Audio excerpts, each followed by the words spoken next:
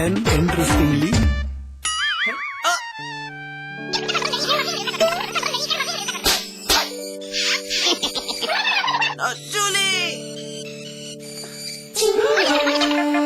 refreshing mini gums. आज ली क्या? वो बेदिल हैं, उन्हें एहसास नहीं। वो कातिल हैं, उन्हें रहम नहीं। वो इंसान नहीं, दरिंदे हैं। देखिए प्रवीण साहनी के साथ आज रात 9:30 बजे सिर्फ समाचार प्लस पर। रजनीगंधा का कोई मुकाबला नहीं। इसमें है बहुमूल्य प्राकृतिक रूप केवड़ा, पवित्र शीतल चंदन तेल, अव्वल दर्जे का गुणकारी कथा, खास खुशबू वाली इलायची, उम्दा क्वालिटी वाली जायकेदार सुपारी।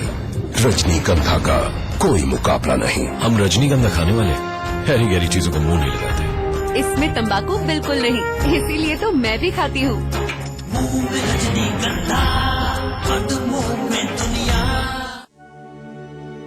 स्वाद बड़ी चीज है, स्वाद से बढ़कर कुछ नहीं। तुलसी सादा पान मसाला।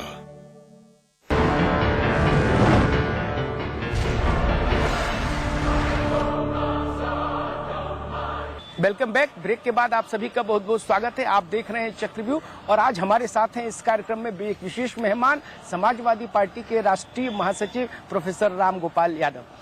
राम गोपाल जी, हम लोग बात कर रहे थे उत्तर प्रदेश में आपके कांग्रेस के रिश्ते, दिल्ली में कांग्रेस, फिर बीजेपी के साथ, फिर आपने उसका एक सही इन्फ्लुएंस बताया कि अगर कोई सच बात कहना हो तो इसका अर्थ ये नहीं होता कि बीजेपी के साथ समाजवादी पार्टी जा रही है। एक बहुत मैं कहूँगा नाजुक मुद्दा है मेरे जहन में, उस पर आपकी तरफ से स्थिति साफ होनी चाहिए पूरे सूबे में। बार बार मैंने बहुत जितने भी लोगों के इंटरव्यू किए इस कार्यक्रम में, पॉलिटिकल लोगों के उत्तर प्रदेश में, उन जिन लोगों से मैंने उत्तर प्रदेश पर सवाल पूछा तो उन्होंने कहा कि उत्तर प्रदेश में सत्ता के कई केंद्र हैं, इसलिए चीजें थोड़ी डगमगाती सी दिखती हैं।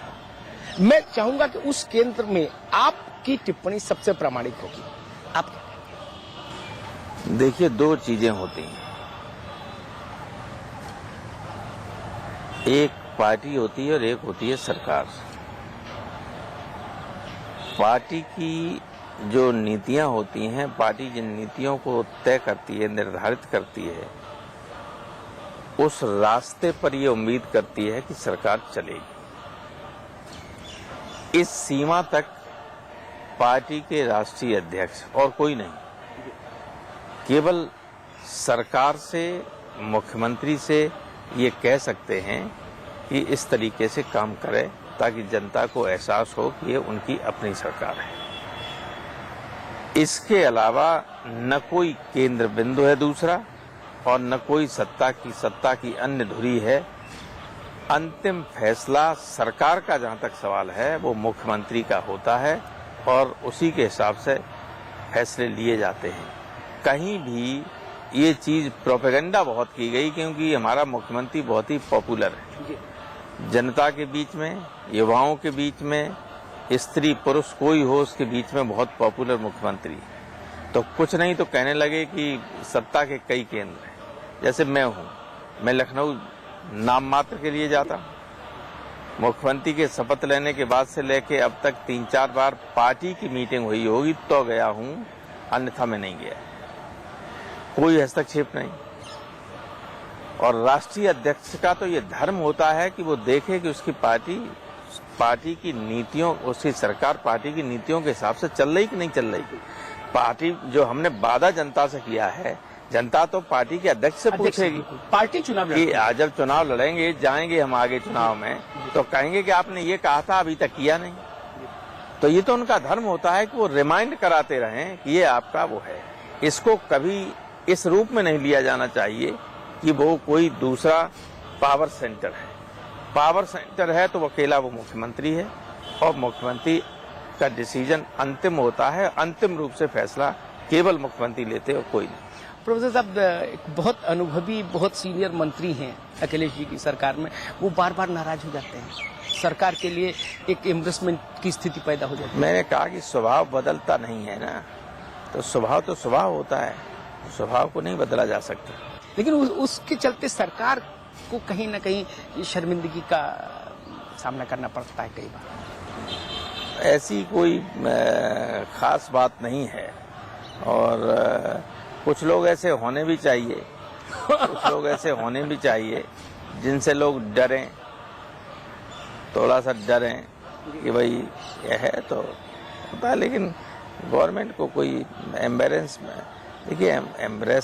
एम्बेरसमेंट वाली बात तो किसी भी व्यक्ति से हो सकती है। कभी किसी पर्टिकुलर व्यक्ति का उसमें नाम नहीं लिया जा सकता। किसी से कभी कोई गलती हो जाए, कोई चीज हो जाए तो हो सकती है, लेकिन जिनकी तरफ आप इशारा कर रहे हैं वो एक अच्छे मिनिस्टर हैं, एक बहुत अच्छे प्रशासक हैं।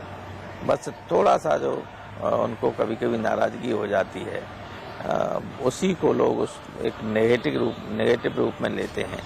वरना प्रशासनिक दृष्टि से और सरकार को चलाने की दृष्टि से उनसे कभी कोई सरकार के सामने, मुख्यमंत्री के सामने किसी तरह की कोई बाधा नहीं, कोई एम्बेरसमेंट नहीं।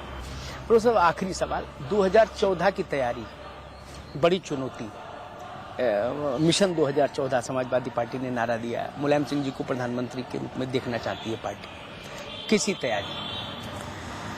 देखिए, हम लगभग 70 सीटें 80 में डिक्लेयर कर चुके हैं और हम अब भी समीक्षा कर रहे हैं और अभी भी लगेगा 2-4 जगह जो लोग काम लगेगा कि ठीक काम नहीं कर रहे हैं तो हम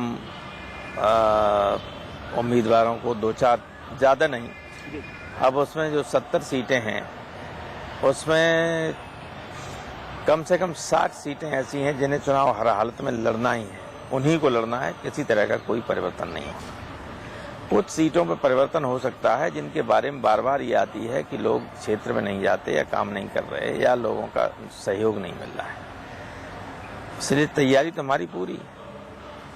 हमारे उम्मीदवार गांव-गांव जा रहे हैं। जब तक दूसरी पार्टियों के कैंडिडेट, खासतौर से कांग्रेस वगैरह के कैंडिडेट डिक्लेयर होंगे, तब तक हमारे उम्मीदवार घर घर, गांव-गांव जा चुके होंगे, एक एक मतदाता से मिल चुके होंगे। इतनी तैयारी हमारी है। चाहे चुनाव अभी हो, चाहे अक्टूबर में हो, चाहे फरवरी मार्च में हो, हम सब तैयार हैं पूरी तरीके से। मायावती जी ने भी ब्राह्मण सम्मेलन शुरू किया है, सतीश चंद्र मिश्रा जगह जगह ब्राह्मण सम्मेलन कर रहे हैं। अभी प्रमोशन में आरक्षण को लेके तो बल्लियों कूद रही थी मायावती, तो किसका नुकसान हो रहा था जी? प्रमोशन में आरक्षण को लेके उत्तर प्रदेश में 33 साल के लोग पीसीएस अफसर हो गए थे, वो आईएएस नहीं हो पा रहे थे।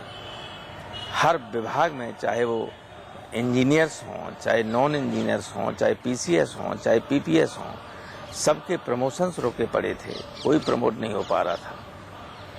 हमने वो सब कर दिए।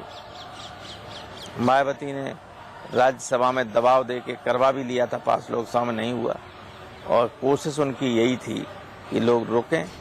आप जानते हैं कि जो पीसीएस में 112 पीसीएस जो आईएएस हुए, उनमें ब्राह्मण कितने हुए? More than 60%। तो मुलायम सिंह के जमाने में लाभान्वित हुए या प्रताड़ित मायावती के जमाने में हुए? इससे बड़ा कोई, और हर विभाग में यही स्थिति है। तो सबसे बड़ा काम तो जिनका हक मिलना चाहिए था, जो सीनियर थे, जो 15-15 साल सीनियर हैं, उनके ऊपर उनसे 15 साल जूनियर बैठाल दिया था मायावती ने। ये अपमान, घोर अपमान, अधिकारी संतोष भी था इसमें, जबरदस्त था मायावती के चलते। तो अब ब्राह्मणों का सम्मेलन करके इतनी प्रबुद्ध कौम को कोई मूर्ख नहीं बना सकता इस तरीके से। जी।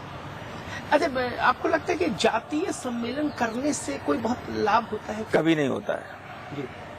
मैं तो व्यक्तिगत तौर पर जातीय सम्मेलनों के खिलाफ होता हूं और मैं कभी जाता भी नहीं किसी जातीय सम्मेलन। लेकिन आजकल लगता है कि राजनीतिक दलों में एक होड़ सी लग गई है। वो गलत है, ऐसा कोई लाभ नहीं होता। चुनाव हो जाएगा, उस चुनाव शुरू होने के बाद तो आप जाति का नाम भी नहीं ले सकते जी। आचार संहिता लगने के बाद तो जाति का नाम भी नहीं ले सकते। सम्मेलन करना तो बहुत दूर की बात है। जाति के नाम पे वोट नहीं मांग सकते, मुकदमा कायम हो जाएगा। तो अपनी आदत पहले से ही वैसे ही डाल लीजिए। मैं तो डाल ली। मैं नहीं मांगता, न जाति की बात करता हूँ न जाति के सम्मेलन में जाता हूँ। बहुत मुझे लगता है लोकतंत्र का मूल यही है, अगर आप जातियों में बांटकर और नहीं चीजों होना नहीं चाहिए, ये गलत है। प्रोफेसर साहब बहुत बहुत शुक्रिया हमसे बात करने के लिए। तो ये थे समाजवादी पार्टी के राष्ट्रीय महासचिव प्रोफेसर राम गोपाल यादव। अगले हफ्ते हम फिर मिलेंगे एक नई शख्सियत के साथ, नए सवाल और जवाब के साथ। तब तक के लिए मुझे दीजिए इजाजत। आप देखते रहिए Samachar plus.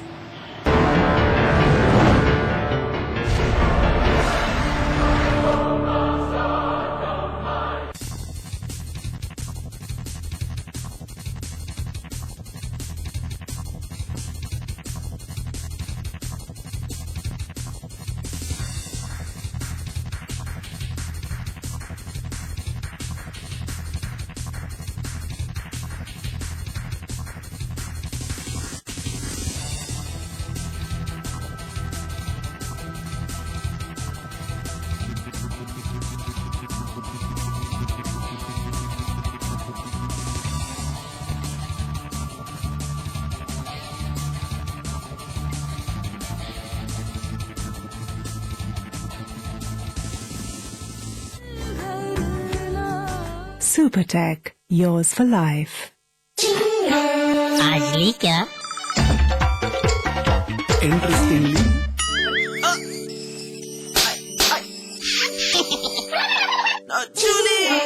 Refreshing mini gums. आजली क्या?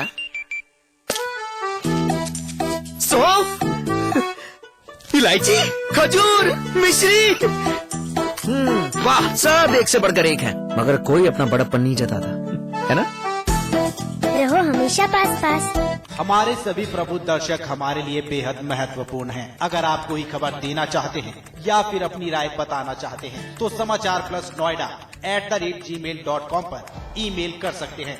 आप पत्राचार के जरिए भी संपर्क कर सकते हैं। हमारा पता है समाचार plus, Uttar Pradesh, Uttarakhand, H174, sector 63, Noida, Uttar Pradesh. आपके अनुरोध पर आपकी पहचान पूर्णतः गुप्त रखी जाएगी।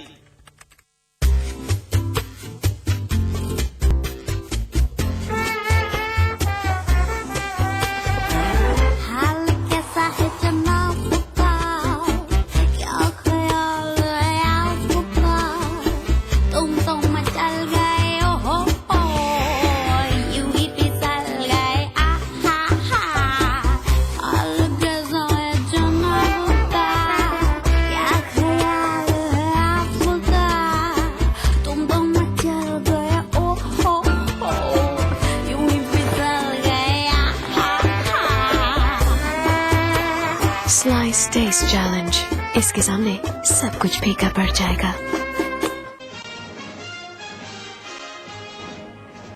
दमादी गिरफ्तारी के बाद बीसीसीआई चीफ एन श्रीनिवासन ने इस्तीफे से किया इनकार। 29 मई तक रिमांड में भेजा गया गुरुनाथ मय्यप्पन को।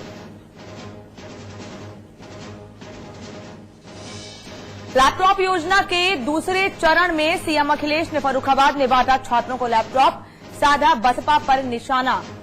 कहा पूर्व सरकार में भ्रष्टाचार करने वाले बचेंगे नहीं। उत्तराखंड के नेताओं को बीजेपी में तरजीह, 3 नेता राष्ट्रीय टीम में शामिल किए गए। कार्यकर्ताओं में खासा उत्साह। यूपी में अब जनता को मिलेगी तय समय पर बिजली। यूपीपीसीएल ने तय किया शेड्यूल से ही आएगी बिजली। 72 घंटे में बदले जाएंगे खराब ट्रांसफार्मर। मुख्यमंत्री विजय बहुगुणा 26 मई से करेंगे सूबे के अलग अलग शहरों का दौरा। सबसे पहले उत्तरकाशी के बड़कोट और पुरोला में करेंगे विकास कार्यों की समीक्षा। सुल्तानपुर में जहरीली शराब ने मचाया कहर। शादी में शराब पीने से दूल्हे के पिता समेत 4 लोगों की मौत।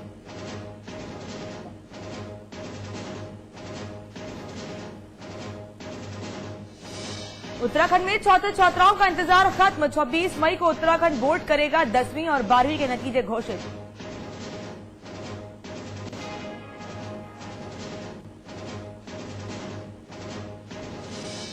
और चेन्नई और मुंबई इंडियंस के बीच होगी आईपीएल 6 की बादशाहत की जंग। सुपर संडे को होगा धमाकेदार मुकाबला।